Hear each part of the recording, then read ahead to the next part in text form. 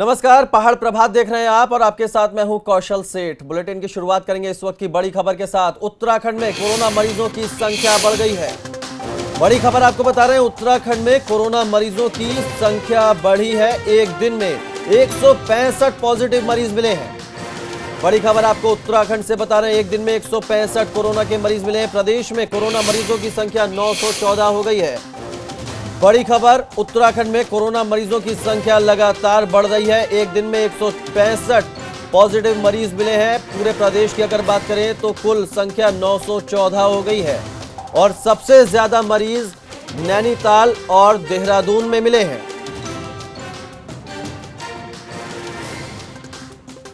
तो बड़ी खबर आपको बता रहे हैं, प्रदेश में कोरोना मरीजों की संख्या 914 हो गई है। रवि कैंतुरा हमारे संवाददाता देहरादून से इस खबर पर ज्यादा जानकारी के साथ जुड़ गए। रवि का रुख कर लेते हैं।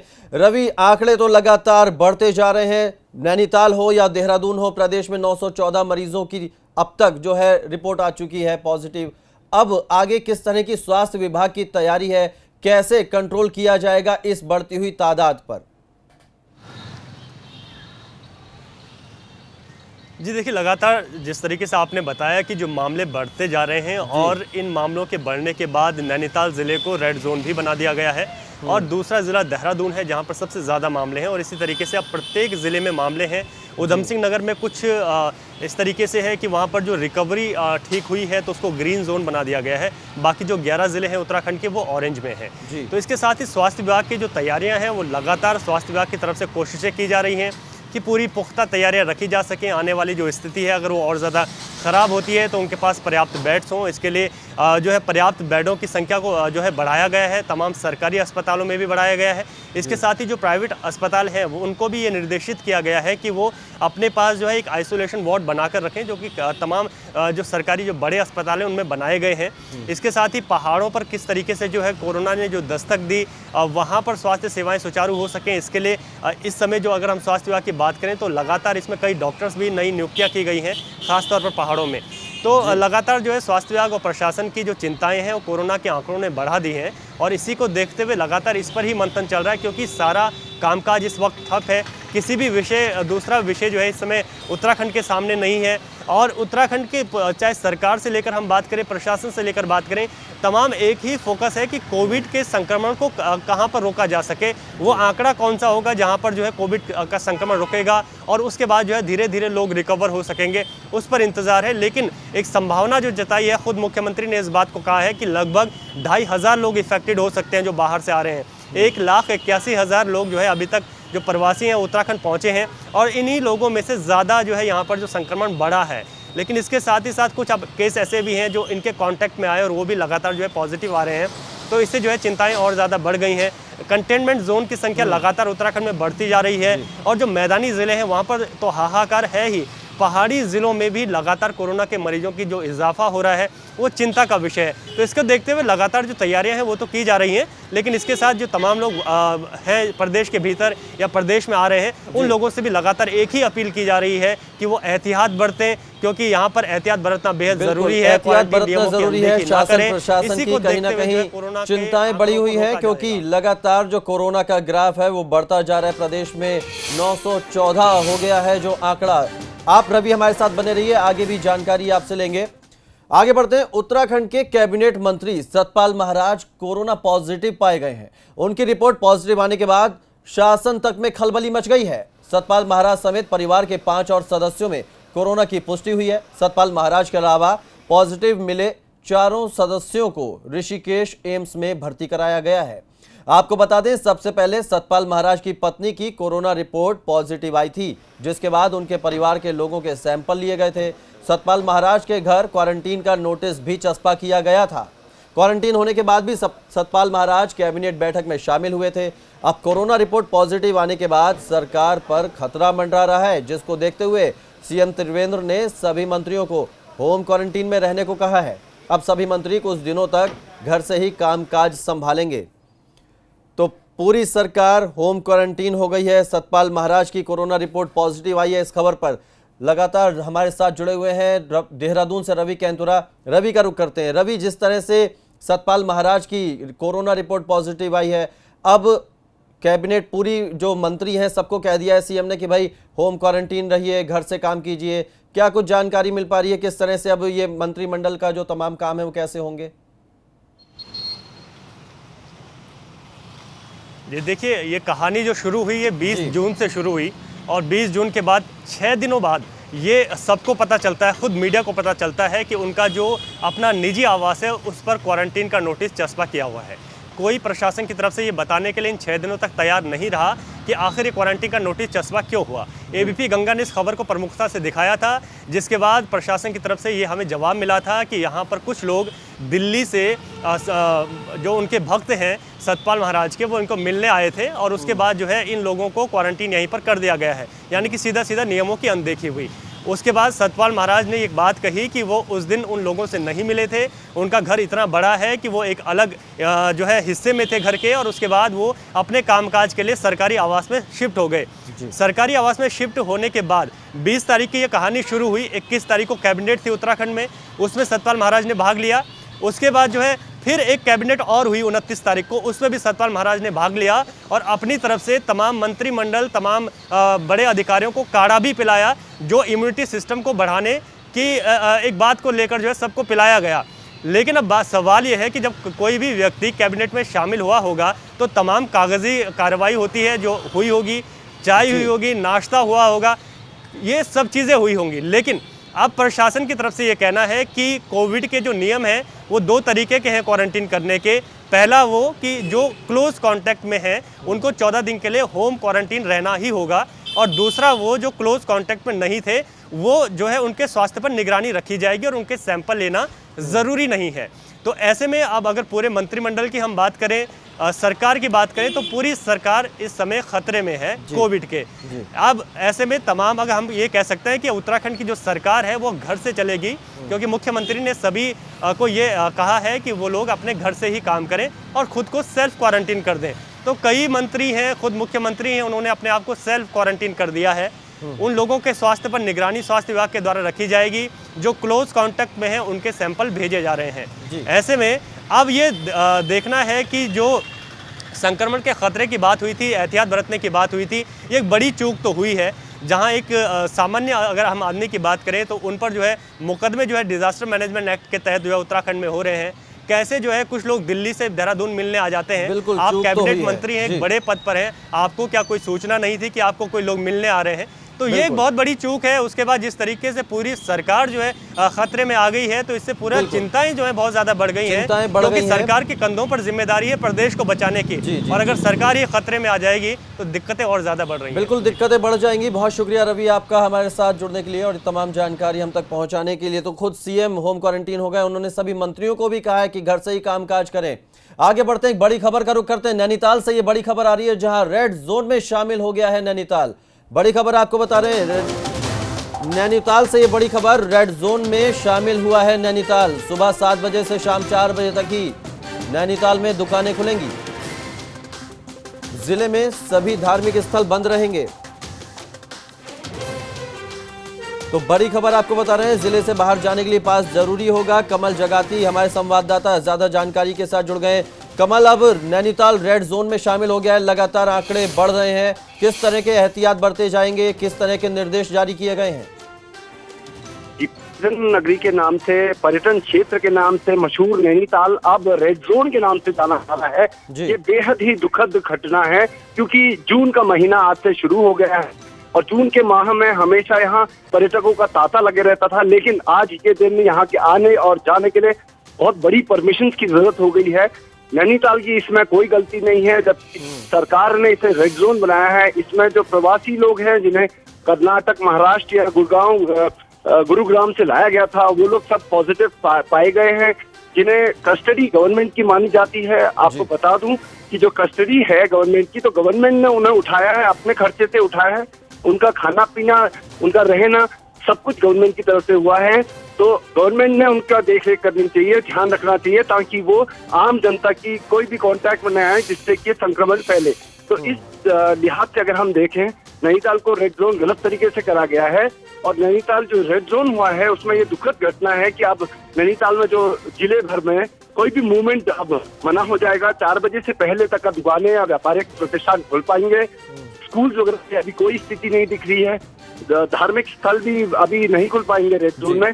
तो ऐसी कई सारी जो यहाँ बंद है वो सब बिल्कुल रेड जोन में शामिल हो गया है नैनीताल। बहुत शुक्रिया आपका। लगातार आंकड़े बढ़ रहे हैं जिसके चलते प्रशासन ने सुबह 7 बजे से शाम 4 बजे तक दुकानें खोलने का आदेश दिया है। बहुत शुक्रिया आपका।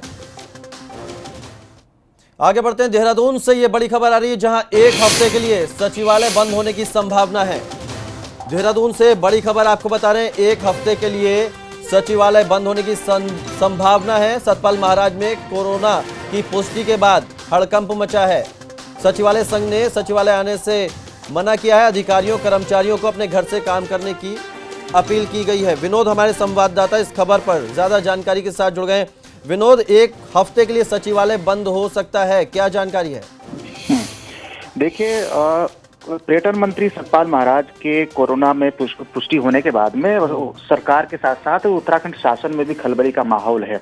और जैसे पूर्व में हमने बताया कि 3 दिन पहले कैबिनेट बैठक में पर्यटन मंत्री सतपाल महाराज शामिल हुए थे, तो ऐसे में अधिकारी और कर्मचारी तमाम अनेकों कार्य कर रहे थे, जिसके चलते अब जनरल ओबीसी फेडरेशन संघ आगे आया है और 1 सप्ताह के लिए सचिवालय को बंद करने के लिए उन्होंने अपर मुख्य सचिव प्रशासन से आग्रह किया है कि आखिरकार सीमित संख्या में अगर जरूरत पड़े तो वो अधिकारी कर्मचारी ही आए, तमाम लोग नहीं आ सकते हैं। इस वजह से उन्होंने आग्रह किया है और लगातार उत्तराखंड शासन में भी खलबली का माहौल है और उन लोगों को खंगाला जा रहा है। खुद अपने आप अधिकारी अपने आप को चिन्हित कर रहे हैं आखिरकार कौन कौन लोग, कौन कौन अधिकारी पर्यटन मंत्री सतपाल के आसपास से उनके संपर्क में आ सकते हैं। तो तमाम ऐसी स्थिति को लेकर सचिवालय संघ ने अब अपर मुख्य सचिव प्रशासन से आग्रह किया है कि 1 सप्ताह के लिए उत्तराखंड सचिवालय को बंद कर दिया जाए। जी, बहुत शुक्रिया विनोद आपका तमाम जानकारी के लिए। तो 1 हफ्ते के लिए सचिवालय बंद होने की संभावना है।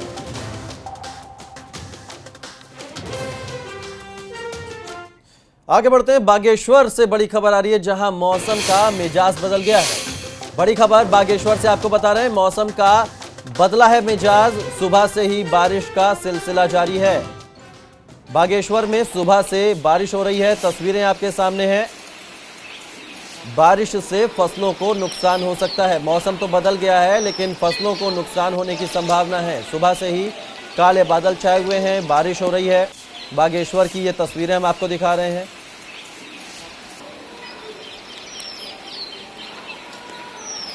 तो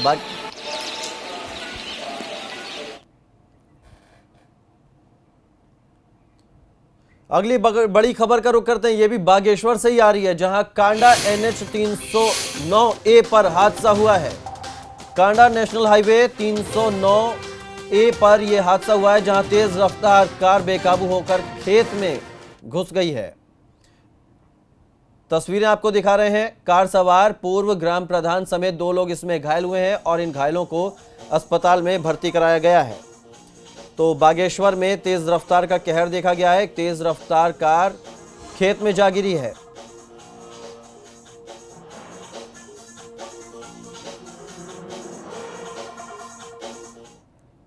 एक छोटे से ब्रेक लिए रुक रहे हैं, फौरन वापस लौटते हैं।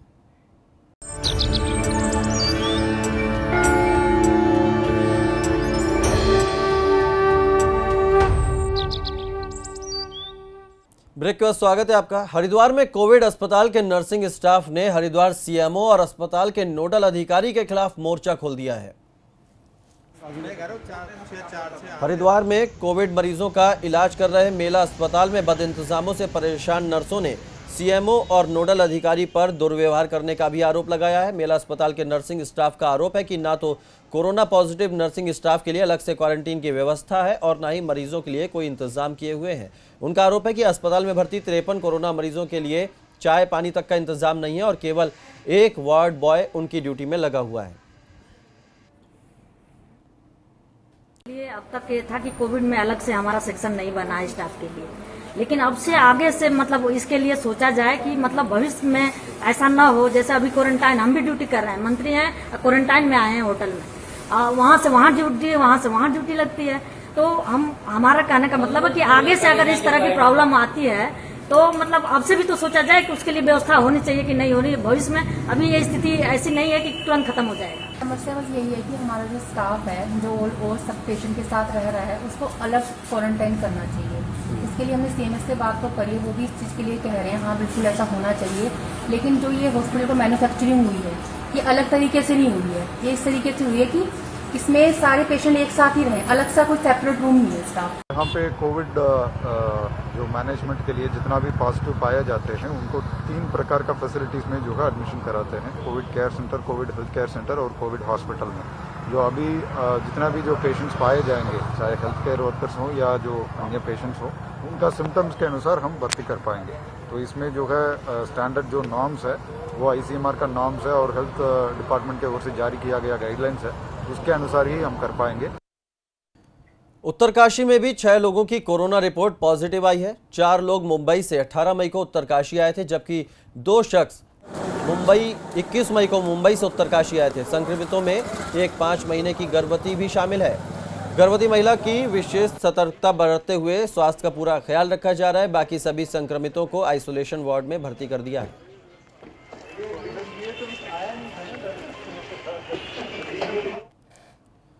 प्रदेश में लगातार बढ़ रहे कोरोना के मामले को देखते हुए सरकार की गाइडलाइन पर अब अल्मोड़ा में कोविड केयर सेंटर बनाने की शुरुआत हो गई है। अल्मोड़ा में 1000 कोविड बेड बनाने की तैयारी चल रही है, जिसको लेकर जिला प्रशासन ने पहल शुरू कर दी है। अब तक 250 बेड बना दिए गए हैं। कई होटलों और अस्पतालों में कोविड बेड के लिए सेंटरों को देखा जा रहा है। क्वारंटीन सेंटरों को कोविड केयर सेंटर में तब्दील किया जा रहा है।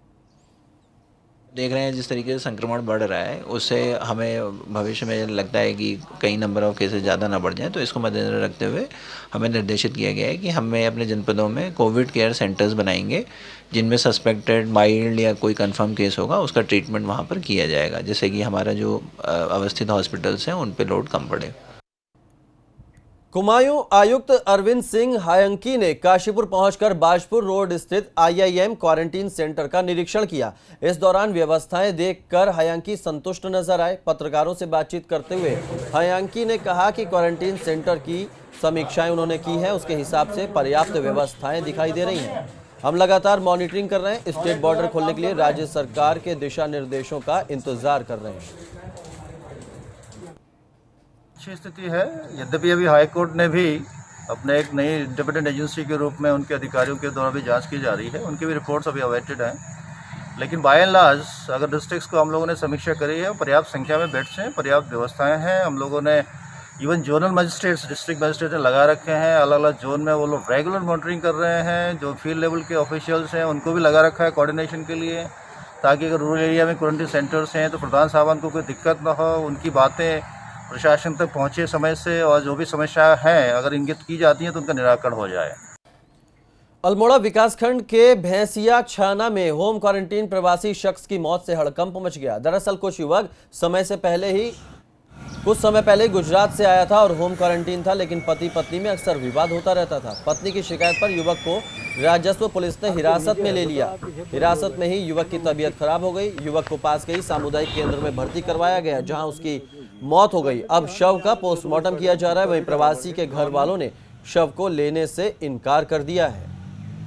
ये इसकी पत्नी कमला देवी द्वारा रिपोर्ट दी गई। हमने पटवारी जी भेजे, वहाँ पटवारी जी बुला के लाए। वो रास्ते में इसकी तबीयत खराब हो गई, इसको हॉस्पिटल ले गए हम। 1 घंटे बाद इसकी डेथ हो गई उपचार। कोरोना महामारी के डर से अब पहाड़ों की जीवनदायिनी कहे जाने वाली 108 सेवा के कर्मी भी अब अपनी जिम्मेदारियों से पीछे हटने लगे हैं, जिससे मरीजों की दिक्कतें बढ़ने लगी हैं। दरअसल इन दिनों पौड़ी के ग्रामीण इलाकों से लगातार शिकायतें आ रही हैं कि 108 सेवा में जब भी किसी व्यक्ति के स्वास्थ्य खराब होने पर फोन किया जा रहा है तो 108 कर्मियों की ओर से कोई सकारात्मक जवाब नहीं मिल रहा है, जिससे आपातकालीन समय में मरीज और लोगों के सामने उसे अस्पताल पहुंचाने में कई तरह की परेशानियों का सामना करना पड़ रहा है। वहीं मुख्य चिकित्सा अधिकारी की माने तो कोरोना के कारण भी 108 और स्वास्थ्य कर्मियों में डर पैदा हुआ है, जिससे इस तरह की दिक्कतें सामने आ रही हैं। कोविड-19 के भय की वजह से सामान्य मरीजों को ले जाने में भी आनाकानी कर रहे हैं। उनसे हम बात करने जा रहे हैं कि भाई ऐसा कोई इसमें खतरा नहीं है, अपना प्रोटेक्टिव किट पहन के वो बाकी पेशेंट को ले जाते हैं, क्योंकि कोविड-19 के पेशेंट को हम लोग उनके थ्रू नहीं ले जा रहे हैं, उसके लिए हमारी सेपरेट एम्बुलेंस है, उन्हीं को यूज़ कर रहे हैं हम लोग। उधम सिंह नगर में कोरोना के बढ़ते हुए मामलों को देखते हुए जिले की पुलिस अब और भी सख्त हो गई है। जिले के एसपी ने 2200 एसपीओ को तैनात किया है। साथ ही एसपीओ की एक आईटी की टीम भी तैयार की गई है, जो बॉर्डर से एंट्री करने वाले लोगों का डाटा एंट्री कर उनकी जानकारी स्वास्थ्य विभाग और फील्ड में तैनात पुलिसकर्मियों को उपलब्ध कराएगी, ताकि होम क्वारंटीन किए गए लोगों की मॉनिटरिंग सही तरीके से हो सके। बहुत सारी सूचनाएं जो हैं वो आ रही हैं अभी, और काफ़ी सारी चीज़ें जो हैं वो इकट्ठा करनी पड़ रही हैं, जहाँ जैसे कि बैरियर पर कितने वाहन आ रहे हैं, कितने लोग आ रहे हैं, कितने लोग होम क्वारंटाइन हुए हैं। इस तरीके की जो सूचनाएं एकत्रित करने के लिए हमें ऐसा लगा कि इसमें कंप्यूटर में दक्ष लोग चाहिए होंगे, तो हमने फेसबुक लाइव जो हम करते हैं शहर की बात में, हमने कुछ वॉलंटियर्स को कहा था कि जो इच्छुक हों पुलिस विभाग के साथ कार्य करने के लिए वो आ सकते हैं और एज एसपीओ आईटी हमारे ऑफिस में काम कर सकते हैं। काशीपुर में काम कर रहे मजदूरों पर दोहरी मार पड़ी है। ठेकेदार ने समय पर मजदूरी नहीं दी और लॉकडाउन के चलते मजदूर बेरोजगार हो गए। अब वापस मजदूर अपने घर लौटने को मजबूर हैं। ये मजदूर पश्चिम बंगाल और झारखंड के लिए पैदल ही निकल पड़े। दर्जनों लोगों को अपने परिवारों के साथ देख प्रशासन ने इन्हें रोक लिया और स्टेशन रोड पर एक जगह पर बैठा दिया।